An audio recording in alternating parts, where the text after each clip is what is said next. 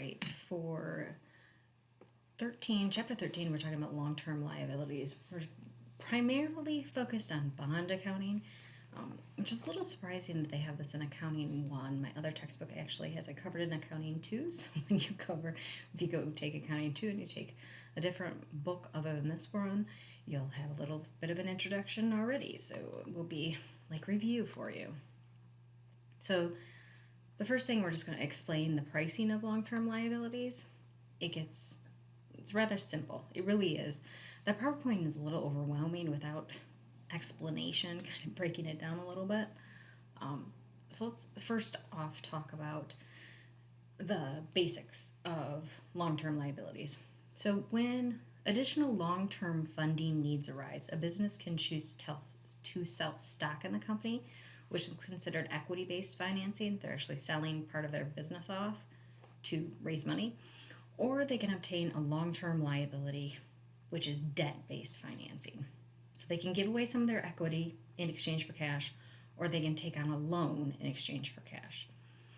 So the types of long-term debt financing, so they're taking out a loan, taking out a liability, can be loans that are typically money borrowed from a bank or another lender, or bonds sold to investors who become creditors of the company. So it's kind of like you almost cut out the bank and you sell directly to people that are willing to give you money in exchange for interest.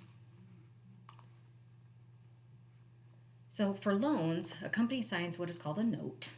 A legal relationship called a note payable is created between the borrower and the lender. The document lists the conditions of the financial arrangement, such as the interest rate, whether it's variable, whether it's fixed, all the details about the interest rate, the amount borrowed, the borrowing cost to be charged. When you have a really big loan, sometimes you can have legal fees on drawing up those loans, and you have to pay those. Different things like that. There's more that goes into really big loans than when we just think of a small car loan. And then the timing and the makeup of the payment. So when are payments going to be made? How much are they going to be? Those types of things. Payment typically includes principal and interest. In some cases, companies will secure an interest-only loan, which means that for the life of the loan, the organization only pays the interest, and then upon maturity pays the full amount that they borrowed. A little different, but they do happen. This is just an example of a loan. Nothing too spectacular there, just the ingredients that we already talked about: the borrower, who they are, the lender, the address, the payment amounts, the payment dates, the interest rates, information like that. And then so that's really the only part that we talk about loans. It's really brief. The bulk of the chapter is on bonds and bond accounting. And so there's some terminology with bonds. Bonds actually really aren't hard to understand nor to do accounting for. They aren't hard. The biggest thing is just the terminology is different. Most people are not familiar at all with it. So it's getting comfortable with the language. So a bond is a type of financial instrument that a company issues directly to investors, bypassing banks and other lending institutions. So you're working directly with the investor. It contains a promise to pay the investor two things: a specified interest rate over the period of time and the original principal. So I get $1,000 and I'm agreeing to pay 2% interest for 4 years, and then at 4 years I'm going to pay back that loan. In the meantime, I'm going to pay interest on it. I'm just going to pay the interest, and then in 4 years I'm going to pay you back your loan. When a company borrows money by selling bonds, it's said that the company is issuing bonds. So again, terminology. The bond indenture is a formal legal document. A bond certificate between the issuer, the business, and the lender, the investor, specifies the following: the principal, also called the face value or the maturity value, the amount that will be repaid in the future. So usually bonds are sold in increments of 1,000, so that's why I usually refer to it that way. But then you have the maturity date, the day the bondholder will receive the principal, the stated interest rate, also called the coupon rate, which sounds goofy. It's that terminology that we have face value, that's principal, and then we have coupon rate, which is the interest rate. The rate of the interest the issuer or the business agrees to pay the bondholder over the life of the bond. The issuer commits to paying a stated interest rate either once a year, annually, or twice a year, which is semi-annually. It is important to understand that the stated rate will not go up or down over the life of the bond. It is what it is. This is the interest rate that we are paying. Bonds are typically issued in relatively small amounts, such as $1,000.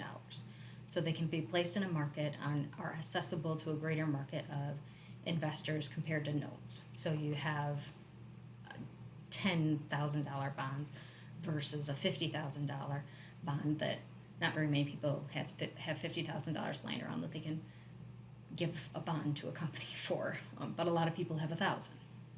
So this is just an example of a bond certificate. Has the principal amount or the face value, maturity value, same thing.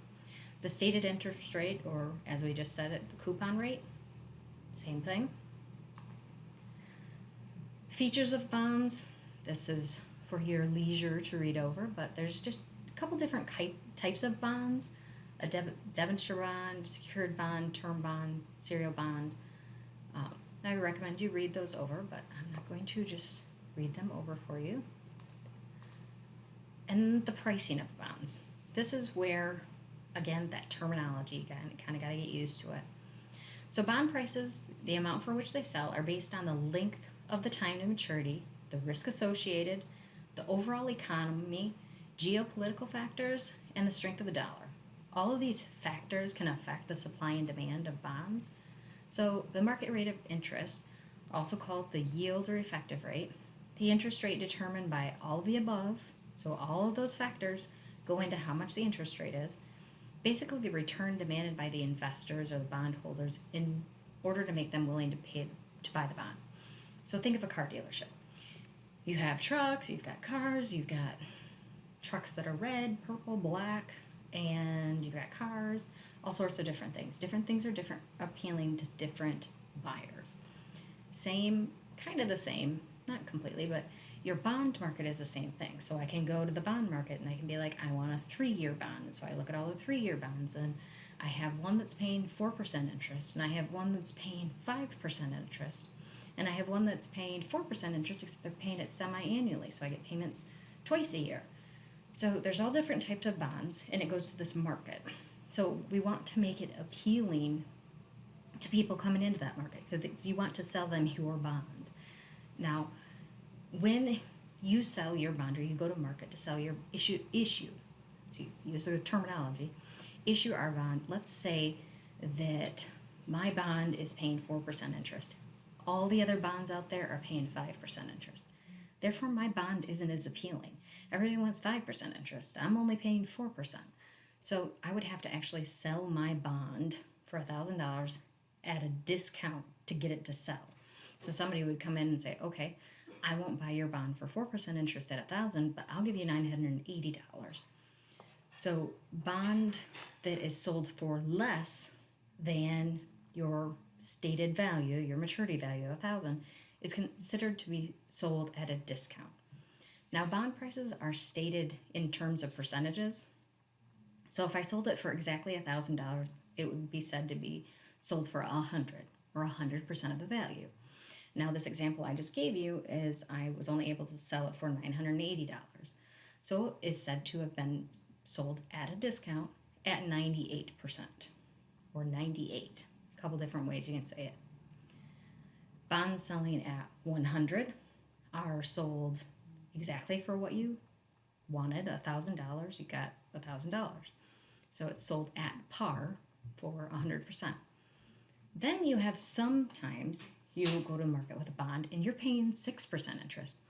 All the other bonds are paying 5%, 4%, and you are paying 6%. So everybody wants your bond. So not only are they willing to pay $1,000 for it, they're willing to give you extra for it. So in this case, we've got just like a phenomenal bond here. And people are willing to pay us $1,200 for our $1,000 bond. And that is, when we sell it for over 100% of the value, it's considered to be selling at a premium. So 3 different ways of selling it. We can sell it at a discount. We can sell it at par, which is exactly how much we sold it, how much the face value of it. And then we can sell it at a premium. So 3 different ways of selling it. And there's a little bit of a different accounting between the ways we have to handle it. And we'll get to that in a minute. Oops. So calculating the interest rate on pretty much either way we sell it, at par, at discount, or at premium, the interest is calculated the same way. So the interest rate is principal times interest times time. So $1,000 bond times 4% times 1 year. Or if we sell it, we pay interest semi-annually, it's principal times the interest rate times 0.5 times half a year. Then, for example, we're showing a little bit with, this more has to do with loans, but I'll cover it right now.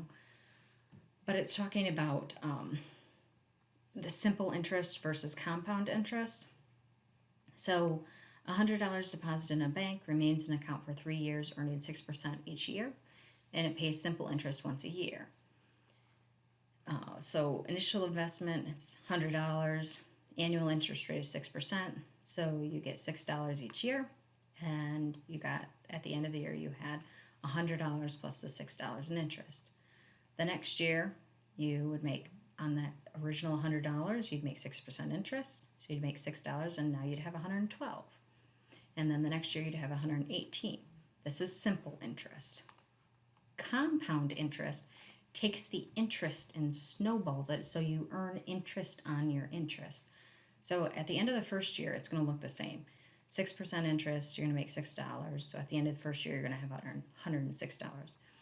But the next year, the bank, you're going to roll that into it, and you're going to make interest on your interest from the previous year. So instead of now calculating your interest rate of 6% on 100, you're going to be calculating it on 106. So at the end of the second year, you're going to be at $112.36. And then when you start the third year, you take that interest and your principal is all balled up into one, and you make that 6% on top of that. So you end up with $119.10 versus when you just had simple interest, you only had $118. So the point is, compound interest, you make more money, and when you have to pay it, your interest costs more when it's compounding.